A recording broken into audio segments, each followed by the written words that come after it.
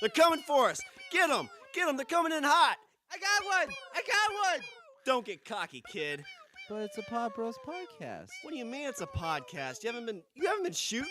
They're all over the place. Well, no, but they've got all sorts of good shows like Pencil and Ink Reviews and The Guy Huddle and Players vs. Podcasts. I mean, was I supposed to? Yes. What? How many podcasts do they have? There's tons. You got other ones like The Accidental Wrestling Fan and Take Aim Outdoors. That kind of sounds like we should make podcasts, not war. Aww.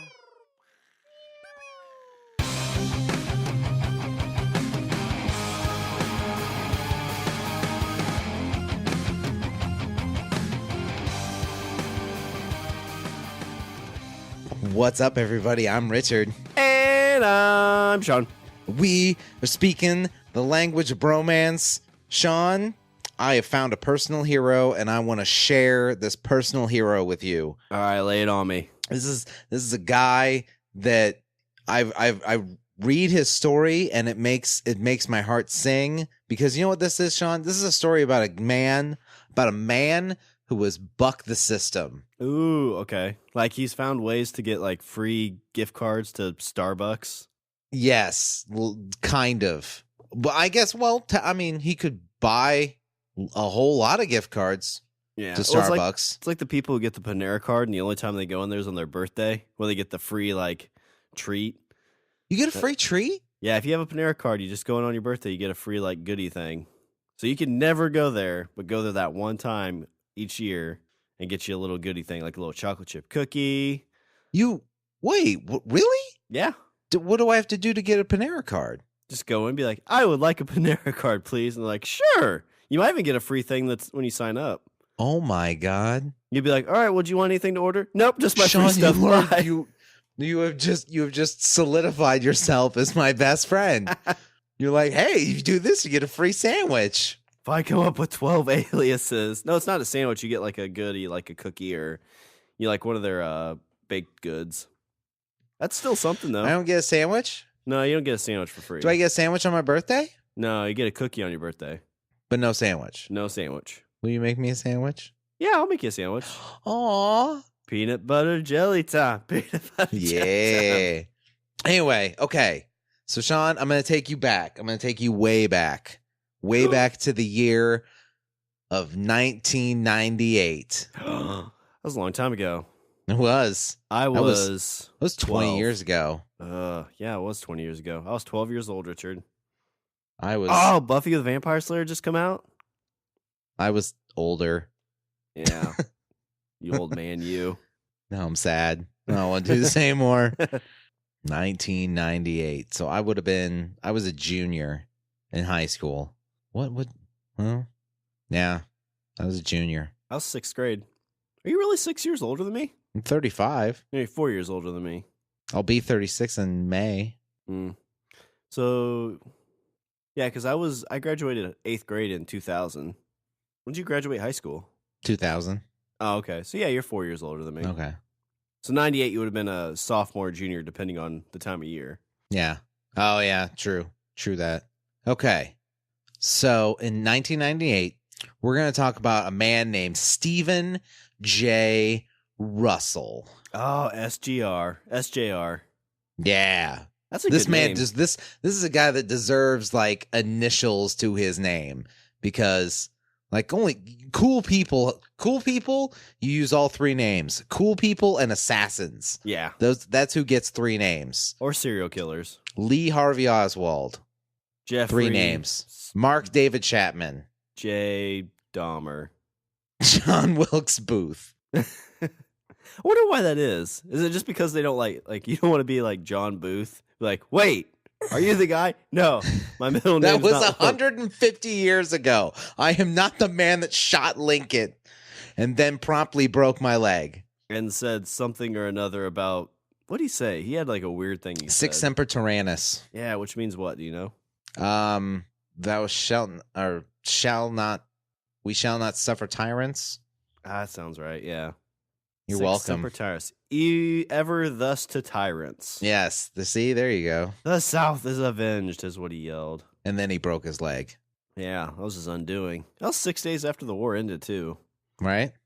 Like Lincoln's like getting ready to sit back. He's like, oh, finally, like some R&R time. This shit's over with. And that dude ruins it. One day there'll be a weird actor who'll play me in a movie. It's going to be awesome. But no, shot in the head by a man with 3 names. Yep. But yeah, all assassins, 3 names. John Wilkes Booth, Lee Harvey Oswald, Mark David Chapman, James Earl Ray. Yeah. Trying to think of any other famous assassins. Although the guy, David Hinckley, the guy that shot Reagan, never uses middle name. I think that's because Reagan lived. Yeah, it's probably only successful assassinations. We're like, we got to put the 3rd name in there. Yeah. Do you think it's because they don't want like people to have the same name to get mistaken? It's like we got to be really, really specific. Like, let's call him John. Well, let's see. Our last name's Booth. Let's call him John. John Booth. Isn't there a guy that... No, that's John Wilkes Booth. We'll call him John David Booth. John didn't shoot Lincoln Booth. He's got 4 names, so let's just keep with that. John, I didn't shoot Lincoln. That was 150 years ago, Booth. It was a different strand of the Booths. We're sorry when you need to do your taxes. You have to fill out your full name. Okay, anyway, Stephen J. Russell. This is a guy that deserves 3 names. Not because he killed somebody, but we'll get there. He was granted a special parole, one which put him in the custody of a hospice. Russell's medical records spelled out the reason, because he had HIV. Oh. So, starts out on a sad note, right? Yeah, he had the uncurable disease. Yeah. So, he wasn't likely to survive much longer because of the disease, and shortly thereafter, the Texas Department of Criminal Justice received a death certificate alerting them that Russell had died. Oh, geez. Right? Like you're starting off on a sad note. Right? We're already, I'm burying the lead. We're already at the end of the story, right? Well, I hope you're ready for housekeeping. Shortest episode ever. And everyone was super thankful. Guy went to jail. He had AIDS. Then he died. The end. So I'll do a little bit of housekeeping. Sean, a few weeks later, that man, Russell, he was arrested. What? They arrested his dead body? Yes, that seems kind of dickish in They Texas. took him up. They're like, you're not fooling anyone, cuff. drag. Sir, Sarge, I think the I hate body's... it when they put up a fight. Sarge, you left the body back there. His arm came off. Well, do we need the whole thing? I mean fingerprints, bupkis. All we need is the left, right, and the middle pinky, right? All we need is the pinky and the index and the thumb, and we're good. Consider this manhunt over. Then we can go home. Closed. And here you come with your fucking procedures and gotta bring the whole body. I'm trying to get a day off. I got shit to do. It's my son's birthday tomorrow. I'm trying to get there to get to the party, and here you are with your fucking by the book mentality. Margaret's been on my ass for weeks. Like, hey, you gonna bring punch? You gonna bring a clown? Who puts a fucking clown at a teenager's birthday party? It's a sweet 16, and he wants a clown. Bob, I think there's something wrong with my kid. I don't know. He feels insistent on us calling him by all 3 names. I don't know what that means, but I'm pretty sure it's not good. Stephen J. Russell was born in 1957, if you believe his birth certificate, because there's no actual reason to doubt the veracity of the document, but a fake birthday or year would hardly be the most audacious lie Russell has ever told. Oh, so does it say what he went to jail for? Or are we going to get to that? We're gonna get to that. Okay. His first major one, and first known criminal one for that matter, occurred in the early 1990s when he faked a slip and fall hoping for a payday. He was at work, he's trying to get that sweet workman's comp, Yeah. So then he can make his game, the game he always wanted to, where you can jump to conclusions. God damn it. Yeah, good reference there, huh? That is a great reference. You pulled that right out in front of me. Damn it. You have different conclusions that you can jump to. This is the worst idea I've ever heard. This is horrible, this idea. So he faked a slip and fall, hoping for a payday. His ruse was uncovered, and he was convicted of fraud. So fraud sends you to jail? Yeah, if you're convicted of fraud. I didn't realize that. Yeah, it's criminal offense. Is it a felony? I think so. Wow. Richard, we Well, I better think it stop doing depends this podcast. I'm We've been a going around fraud. saying we're podcasters for the last 3 years. Oh, we're both frauds. Can we We do need our some- podcast? We need a listener to corroborate. Otherwise, we're fucked. Can we do our podcast in the same cell? I'm Richard. And then like 8 cells down. And I'm Sean. And I'm Steve. Wait, what? And I'm speaking the language of bromance. Me too. Who's that? My cellmate. He has daddy issues too. I don't want him speaking the language of romance. No. That's how my first rape occurred. So he was sentenced to 6 months in prison. The sentence, apparently, Sean, was too long for him. 6 months. Can't do 6 months. Refuses. He's like, nope, not doing this. Well, 6 months, it's like 6 months, and then good behavior, you get out in like 3. Probably. Well, like overcrowding and shit like that. Like, I'm sure it's like 6 weeks, and they're like, nah, whatever, just get out. You haven't Just shanked go. anybody yet, so go home. So his boyfriend was dying of AIDS, and this is actual. His boyfriend was actually Okay. dying from AIDS, and Russell wanted to be with him during his last days. Oh, well, See, that's so- understandable. Yeah. See, isn't that sweet? That's sweet. That's like shit. What movie? It's like Blow, where Johnny Depp like skips out of his prison sentence so he can hang out with his wife or girlfriend. I don't remember. Well, he 'Cause did she like was- the She had spoiler- cancer. Well, spoiler alert, he did his last scores for his kid. It's like, we'll do this last one. This will help me, get like a small place just for my kid. And then they stabbed him in the back. And he's out like pulling flowers and Yeah. like thinking he sees his daughter. He's out now. He's been out. Yeah, is he still alive?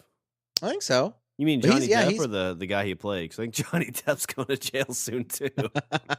No, the guy he played. Yeah, He's he been came out out, for like- 15 or 16 is when he got out. oh, might be. I think it was earlier. I thought it was like 13 or 14. So the 6 month sentence was too long, so he wanted to be with his boyfriend, much like Johnny Depp wanted to be with his cancer dying wife. All right, that's the Understandable. parallel I was trying to make. So 4 weeks into his prison sentence, he impersonated a prison guard and had stolen some discarded street clothes, and then walked out to freedom without much difficulty. So Sean, he just puts on a disguise and walks out. Like, hey. He's like, oh, wait, sorry, you got regular clothes on, not prison guard. Right. Boop. Puts Hey, on like okay. a fake mustache. Naked guy, you can walk through too. You're not wearing prison garb. Hello, I'm Gardy McGarderton. I finished my shift for the day. It's time for me to go home. I finished my guardian job today, guarding the prisoners on cell block GRF 27. Niner. Did they really get that done already? Wow, that's amazing. All right, we'll see you tomorrow. Yeah, sure. Gardy McGarderton out. Okay. So he puts on some different clothes, says he's a prison guard, and they let him out. Now, what is this? Okay, first off, what does this say about our prison system? That's all you need to do. That they're shitty employees at every job. Just put on some regular clothes and be like, I'm a guard. Yeah. I'm like, well, obviously. I What feel would like you it's- like, sir? You pull up a bush and you just walk with a bush and be like, it's like, oh, wow, that bush is still bouncing against the wall. We better open the gate and let it out. Looks like a free. tumbleweed. Yeah. I didn't think they had these here in the Midwest. But it keeps making the right sound. It goes, boo, wow, wow, wow. That's just like it is in the movies. I never thought that. You always see stuff in the movies and you're like, is that how it's like in real life? Turns out it is. Every time. Go on your way, tumbleweed. See, now I'm thinking of the Big Lebowski. We tumbling down. Okay, so later he was recaptured. So he's recaptured and he finishes out his prison sentence. He didn't do anything wrong, really. I mean, it's one of those things like, oh, well, they let me and said, hey. I'm surprised they didn't add more time on. Yeah. Because he got out. They didn't want to make a big deal about it. They were probably like, it was probably like the case of like, we cannot, if we add more time, then they'll have to say, well, what do we add more time for? Well, he dressed up in clothes and said he was a guard and we believed him, so we let him out. Got to go in front of the judge, and the judge is like going to your dad after you broke his lawnmower. Like, well, I didn't know you weren't supposed to put the oil in the gas tank. So they're probably like, you know what, just finish out your sentence. It looks bad for you, it looks bad for us. Like just finish your 6 months and we're they didn't good. even like so basically like the time he was out, they counted it. So like you only had a month or two left. Like, you were here for 4 weeks, you snuck out for 4 months, so you got 2 more months to go. You had a leave pass. That's what we'll say. It was a leave pass and we brought you back. That's what happened. All right? That's what you're going to say. Okay, so he was recaptured. He finished out his 6-month sentence, but not before he met a new romantic partner. Oh, what happened to his first one? Well, he died. Oh, so he was there for his first partner's death? I'm guessing. Okay. They don't really mention anything else about him in the rest of the article. Well, like, they don't say that he died, but I guess the assumption is that he died. Okay. Well, at least he got to be there with him. I mean, that seems to make it worth it. Right? So then he finishes out his prison sentence, but he meets another man I think in prison. Yes, he meets the guy in prison. And the man's name is Phillip Morris. All right. No connection to the tobacco company. So okay. let's make that clear. Like, yeah, they should have thrown me years ago. Killed a lot of people. But yes, my name is Phillip Morris, and I'm looking for a good man. I have Are you a good man? Too. That's insensitive, Richard. You're a bastard for saying that. Some people can't. Question is, which one of us was doing the voice? Yeah. Right. Because that impression was spot on. Yeah. So Russell, despite having no meaningful, relevant experience, and let's keep in mind he also had a fraud conviction on his record at this point. He gets a job. I have no idea. I want to know how he did this. He gets a job as the chief financial officer for a medical management firm. So he was the CFO? Yes. That's like highbrow. That's like way up there. He goes from prison to CFO. Wow. That's That impressive. must have been a fucking hell of an interview. Listen here, Barbara. Can I call you Barbara? My name's Greg. Whatever, Barbara. Listen here. I can finance the shit I know out I of this came in company. here for the job of janitor, but let me tell you what I really want to clean up. I want to clean up your company's books. That's what I want to do. That's what I'm destined to do. Barbara, Greg, whatever. What I'm saying is that you can hire me as your CFO. And Do you have any experience with finances? Well, I was an officer for a day. How'd that work out? Pretty well. Yeah, not bad. It was like I snuck out of prison. It's like I got away with a crime. It was so he also, like I said, he also has a fraud. I see you have a fraud conviction on your record. You know what, Barbara? Greg, whatever. I understand that, people make mistakes, and I think with that fraud conviction, I think that will give me an insight into how to prevent money loss. See, Barbara, one of the things you need to realize in prison is there's a underground currency that I can take and use in the white collar community. Like, I think I can bring that to the table. You learn a lot in prison, Barbara. That's what I'm saying. Right? This is a you're in the suburbs. I'm a man from the streets, and what this company needs is street smarts, and that's what I got, Barbara. Greg, whatever. This is Hardee's, so I don't think Hardee's needs an SFO, or CFO. So CFO for a medical management firm. That's his job. Because he's being wholly unqualified for the position, Russell decided to cash out while he could. Oh, that's smart. with Morris's help, with his partner's help, his romantic partner's help, he embezzled $800,000 before he was caught. Doesn't 2 days. He just went to the drug cabinet. It's like, take all these, take all these. These have high value on the street. Like, well, you're the chief financial officer. Here's first job is you to manage the petty cash. Well, how much is there? $800,000. I'll take care of it. Don't you worry. Embezzled $800,000. That's not like nickel and diamond. You know what? I gotta say though, you want to blame people. You blame Russell. Honestly, if you want to, I blame the HR. I blame Greg. I blame the guy that hired the person to be the chief financial officer in that meeting. It's just like when he snuck out of the prison. The lead guard. He goes up, and is like, "Oh, this is all Barbara's fault. Barbara hired this guy. Who's Barbara? We don't have a Barbara that works here. I know. I fired her, sir." Some poor girl named Barbara holding the box, walking out in tears. That wasn't even her. She didn't have nothing to do with it. She's just a call center girl.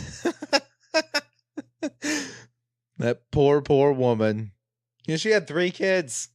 2 of them were hers. Not anymore. She's going to lose the 3rd one now. Little Asian girl, name a Ling Ling. It's terrible.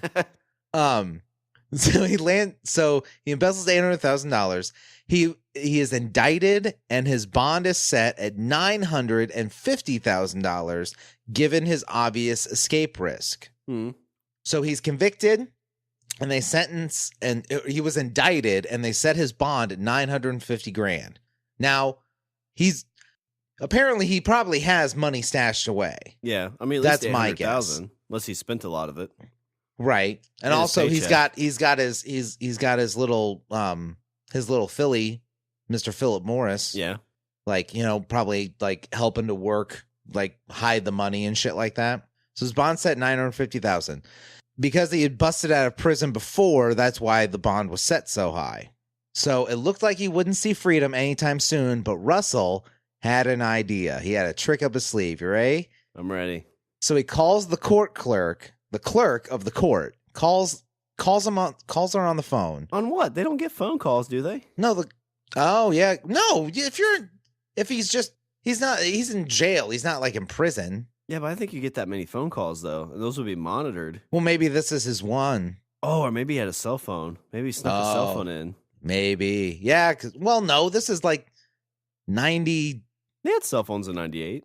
They were the size of like bricks. You're talking about like the Zach Morris cell phone. That was like the early 90s. I think they had smaller ones in 98, 99. I'm not saying it'd be comfortable. Oh, yeah. Like the Matrix. They had phones like that size, small size in the Matrix. Matrix was like 90. No, Matrix was later. I don't know. Anyway, calls the court clerk and he claims to be the judge in his case. Like this I'm Judge McJudgerson. I'm Judgy McJudgerface. Oh, hello, Mr. Judgerface. That's Judgy Face to you. That's Judge Judgy Face. I didn't go to judge school for 30 years to be called Mr. I didn't go to judge school. Oh, geez, I didn't think that's how it worked. I thought you went to lawyer school, then, you got your law degree. It's like, shut up, Barbara. It's Samantha. Who's the judge here? Well, I guess you. Shut up, Barbara. My name's Samantha. Whatever. I'll sentence you to prison. I don't think that's how it works. That's totally how it works. Who's the judge here? You. Sorry. Oh, yeah. See, Barbara, you act like you've been to 30 years of judge school.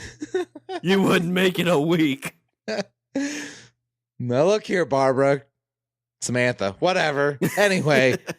So he claims to be the judge in his own case, and over the phone, this is during the phone call, he reduces his own bond down to $45,000. No, I mean at least it'd been better if he's like, all right, Barbara, what's the lowest you can go? 30 grand. That's not good enough, Barbara. Let's go down to $20. I don't think I can go that low. $20 and I'll make sure he sends you something nice. Like a fruit basket. He'll send you an edible arrangement. $20 in an edible arrangement. What can we do to get this guy out of prison today? I don't know. You're the judge. That's right. I'm the judge. Got $20 on you, Barbara? Samantha, whatever. I think I have some in my wallet. Okay, you pay it, and then he'll pay you back. Maybe. I don't know. Edible arrangement. Who wants a pineapple? You want a pineapple today? Come on, Barbara, Samantha, whatever. All right, Barbara, I'll see you in 20 minutes when you let me out. Wait, what? Nothing. Never mind. Bye. Yeah. Judge McJudgerton out. Slams the phone down. So he reduces his bail to $45,000. So then, since the bond is now $45,000 and he's embezzled $800,000, he pays it. He just, Phillip Morris comes over and says, "Hey, I'm Phillip Morris." Like, "Oh, you're like the cigarette guy." Like, no, I'm not that bastard. I'm looking for Barbara. Yeah, I'm Samantha.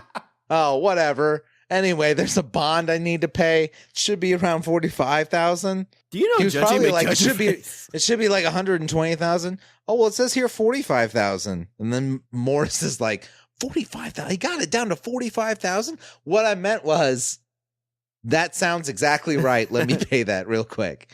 So he pays the $45,000, and he flees to Florida with 2 escapes to his credit in as many years. So he escapes from prison twice over the course of 2 years. He escapes from prison twice on 2 separate convictions. So where was he at that he escaped from? Like what state or Mississippi, I think. Oh wow, he didn't get very far then. No, Texas. He was in Texas. Okay, well that's a bit of a hike. You kind of got to either go across the water or you have to hug the coast to get to Florida.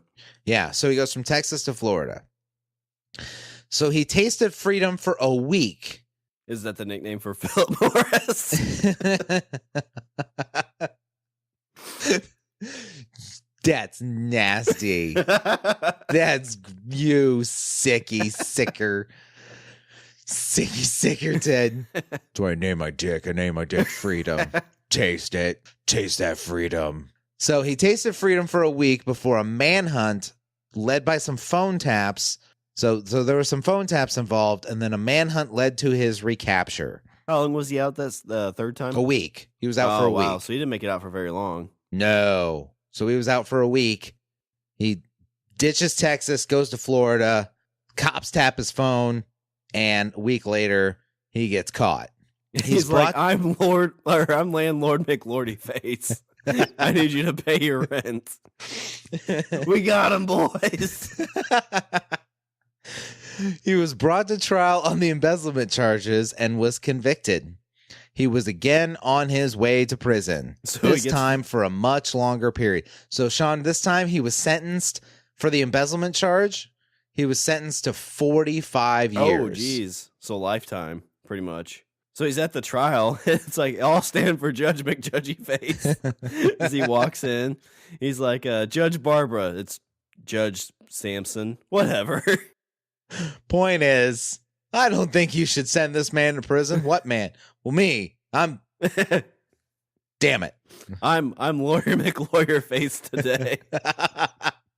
This is like a fucking what movie? This is like Catch Me If You Can. Kinda, yeah. We're like Leonardo DiCaprio, like fucking impersonates all these different people. Yeah, doesn't he fly a plane in that movie and he doesn't even know how to? Dude, what? Did he play like co-pilot in that movie? Yeah. Never knew how to fly a plane. Yeah. Just think about that next time you're in the air, Richard. The co-pilot may be Pilot McPilot Face. I'll remember that next time I sit down and see, I'm like, this is your captain, Captain McCaptor Face.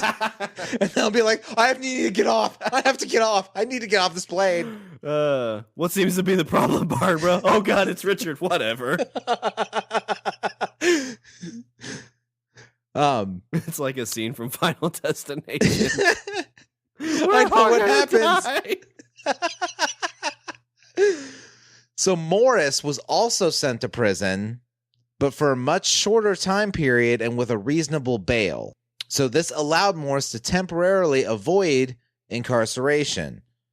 So Morris gets sentenced, or he's sent to prison with a shorter time period and reasonable bail. So he gets out fairly early.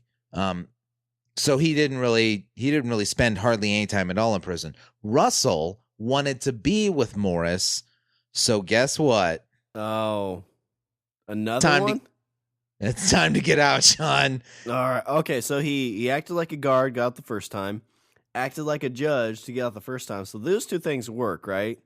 Right. So I'm guessing he's going to try the old officer or guard judge trick again. No, Sean. Once again, Russell decided to impersonate someone in power. This time, The president of the United States. I'm President Face.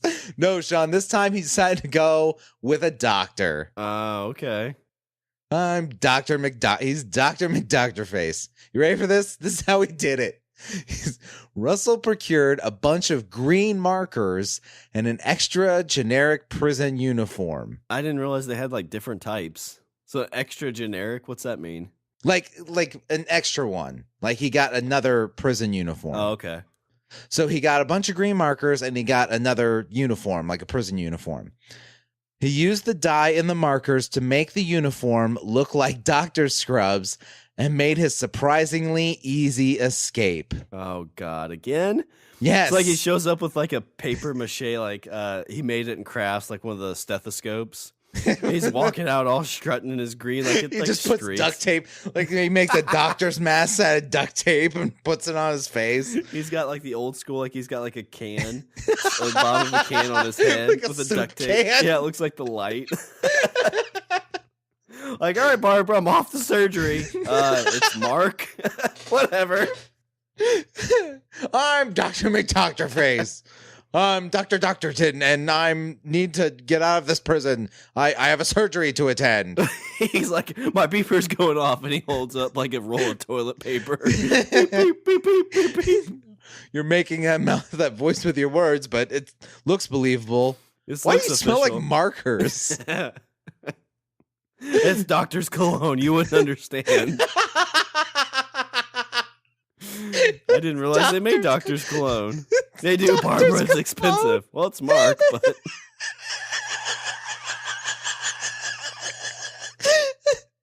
It's doctor's cologne. Doctor's Cologne by Dr. McDoctorface. It's like straight out of Clerks. Like, it smells like shoe polish. Smells like magic markers. Don't you worry about it. I need to get out of an important surgery. Do you concur? I just push the button on the buzzer Will you to sign let people here, out. please? Do Sure I thing, concur with? Barbara. Do I concur with what? I'm saying you concur with letting me out for surgeries that I have. This is an emergency, Barbara. Lives are at stake.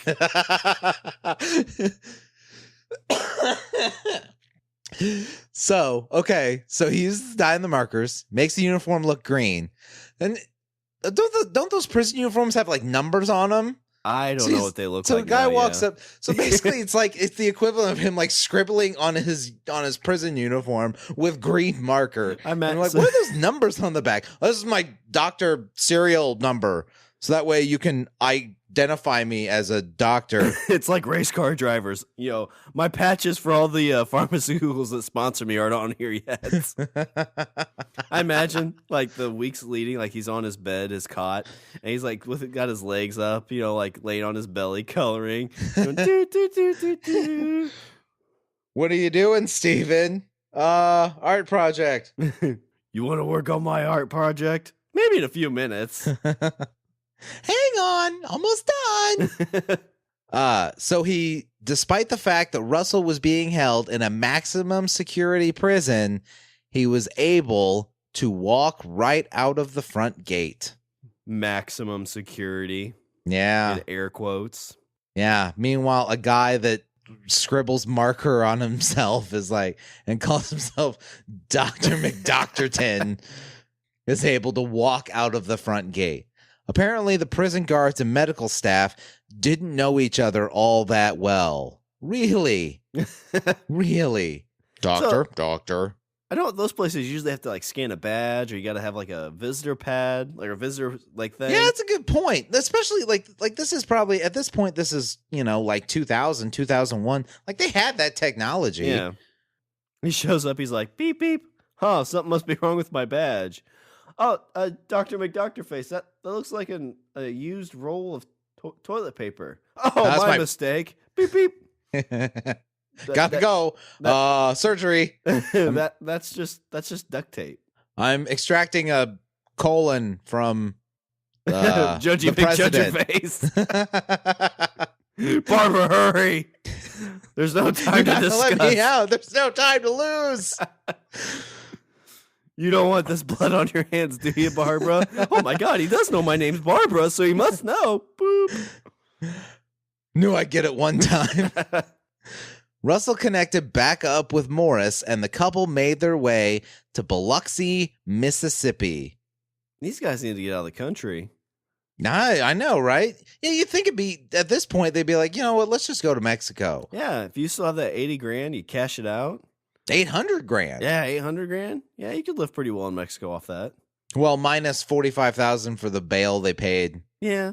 How do bails work? Do you get that money back if you show up for court? Or is that money gone? I don't know. I've never understood that. I don't know. So they go to Biloxi, Mississippi, where they were ultimately captured again. So 3 times escapee, 3 times arrested. Yeah. So what happened this time around? He doesn't know how to. Apparently, he just doesn't. Like you said, like get out of the country. Stop hanging out. He just can't finish it. Like he's a good idea man. He gets the ball rolling, but then like when it comes to close the deal, can't do it. Nope. That was Phillip Morris's problem with him too. Can't close the deal. You're not a closer. Freedom's for closers only. Are we talking real freedom or your penis freedom? Both. Russell was tried for his unlawful escape, and this time another 45 years was added to his sentence. So Sean, now that original prison sentence is now up to 90 years. With no chance for parole, or is there chance for parole on this? I guess maybe a chance for parole. I'm not exactly sure. Okay. I never know what they'd say sometimes, like it's like 2 life sentences with no chance of parole. Do you think he fired Lawyer McLawyer face? Yeah, terrible lawyer. Yeah, it was a guy in a prison suit that was colored gray. I'm attorney at law, lawyer, attorney McLawyerton. Lawyer U, that's the school I went to. It's a great alma mater. Very prestigious. What's the school song? We follow the law and hope people don't go to prison. We lawyer to the best of our ability. Follow lawyer you. Fight. That sounds believable. What's your mascot? Badger, but he's dressed up like a lawyer. Hey, he's got a suitcase. It's really adorable. He's known as Batchy McBatcherton, attorney at law. I feel like you're making all this up, Barbara. My name's Lawyer McLawyerface. Russell didn't give up, though. Instead, he got more creative. Oh. So, Sean, he's going back to prison. This is now after what, 2 escape attempt or 3 escapes? 3 escapes. This is his 4th time back to prison, right? This is his 4th time back to prison. He says to himself, why be the doctor when you can be the patient? Oh. Right? So we're turning the tables. And why be alive and on the lam when you can pretend to be dead? Oh, so you're gonna take the stuff that makes like your heart beat to very minimal? Because his thing is no one orders manhunts for a corpse. That's pretty smart. Except those 2 officers. Or that one officer that's all by the book. He's like, and the other officer that just wants to get to his kid's party. Yeah. He's like, I might try to make a couple bucks and be Clowny McClownface. He set his plan in motion almost immediately after his recapture in Mississippi. While he awaited trial for his escape, he abused laxatives in order to drop a lot of weight in a short period of time. So he just starts popping X-Lax like it's candy. And then pooping a lot. Yeah. I bet it's not really poopy, though. It's like peeing out your butt. Probably. It's like eating a chimichanga. Yeah. Like a double chimichanga with beans. Oof. Those are rough nights. There's nothing worse than waking up 4 in the morning when you got to be up in a couple hours. You know what? So worth it. Sometimes if you get the good cheese. Dude, now I'm hungry. Now I want Mexican. Yeah, let's go get Mexican after this. Yeah. All right. Well, let's hurry and finish this. All right, Barbara, we got our order ready. My name's Mario. We'd like 2 chimichangas. Sir, this is a spaghetti restaurant. Whatever, Barbara. Just bring in some tacos. Okay. Oh my God, this totally works. I'm restaurant critic, Miss Restaurant Criticton. I'm restaurant critic McCritterton. I write for paper of city, town, district. Right for the city news beat of food news beat. And you're getting a bad Yelp at this point, sir. If you don't hurry up with my chimichanga. Oh God, he said Yelp. Hurry. That's fucking Yelp. Anyway, so he takes a lot of laxatives in order to drop a lot of weight. So he's probably like at trial going like, can we take a 15-minute recess? 15-minute recess. Like every half hour. 15-minute recess, please. If we don't go now, there's going to be a mess in my pants. Oh God, Barbara, I can't hold it. Oh. This is all your fault, Barbara. Now you have to change me. Pudding. All right. So he also managed to doctor his medical records during that period. How the fuck did he do that? It's like he's breaking in through the Matrix. So he doctored his medical records, noting that he had HIV. Now he didn't, but he changed his medical records to say that he did. So he changed his medical records to say he was HIV positive. Do you think he used the prejudice of that area being like, oh yeah, it's a gay guy, so of course he has AIDS? Probably. Yeah. Especially in the South. Yeah. It's like, oh yeah, just because I'm gay, you think I have AIDS, right? Jerks. He's like, oh wait, that's a good idea. Write that down. I want to know how the fuck he changed his medical records. Well, do you think they left him alone in the doctor's office? Because this is the age of computers, so surely they would have it on record, right? Computer records. I don't see them. He's going to see the doctor. He's like, "Oh, could you set that clipboard down for a second and then opens it up. grab me a tongue depressor from the next office over?" There's a checkbox for HIV and AIDS. He just checks them. Doctor opens it up. It's like, oh my God, look here, you have HIV and AIDS.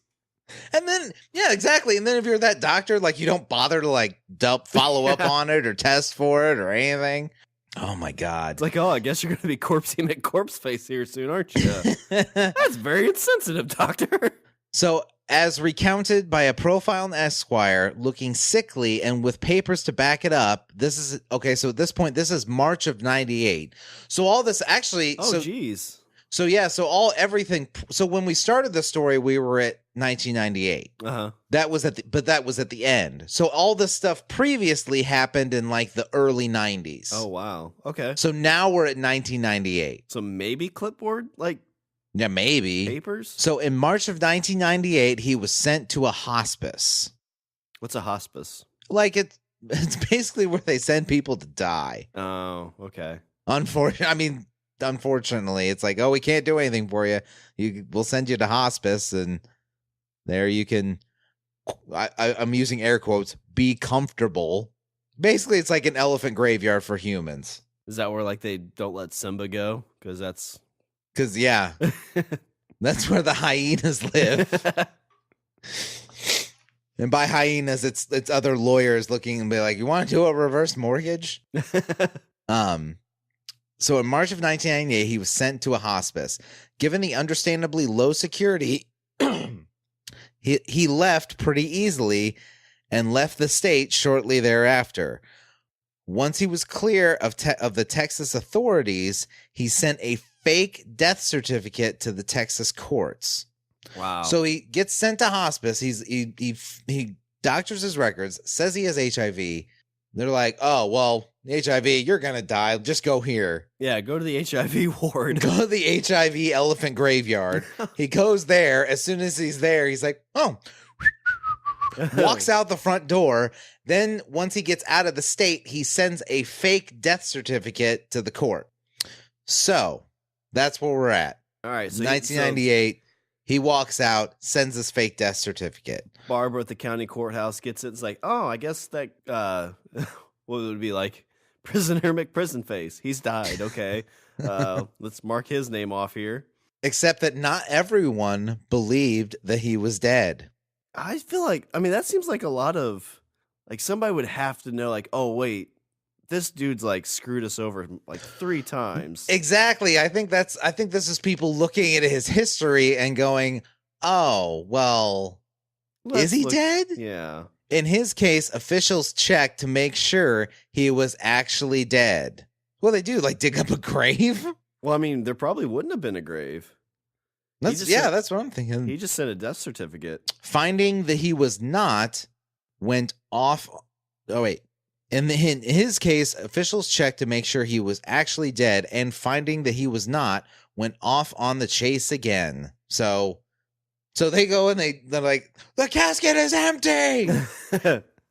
He's a vampire. He got us again, Steve. No, Steve, he's not a vampire. He's just escaped again. It's a ghost. Now Martha's gonna be really pissed because I'm gonna miss his other birthday party. We rescheduled because of the last time, and oh god damn it!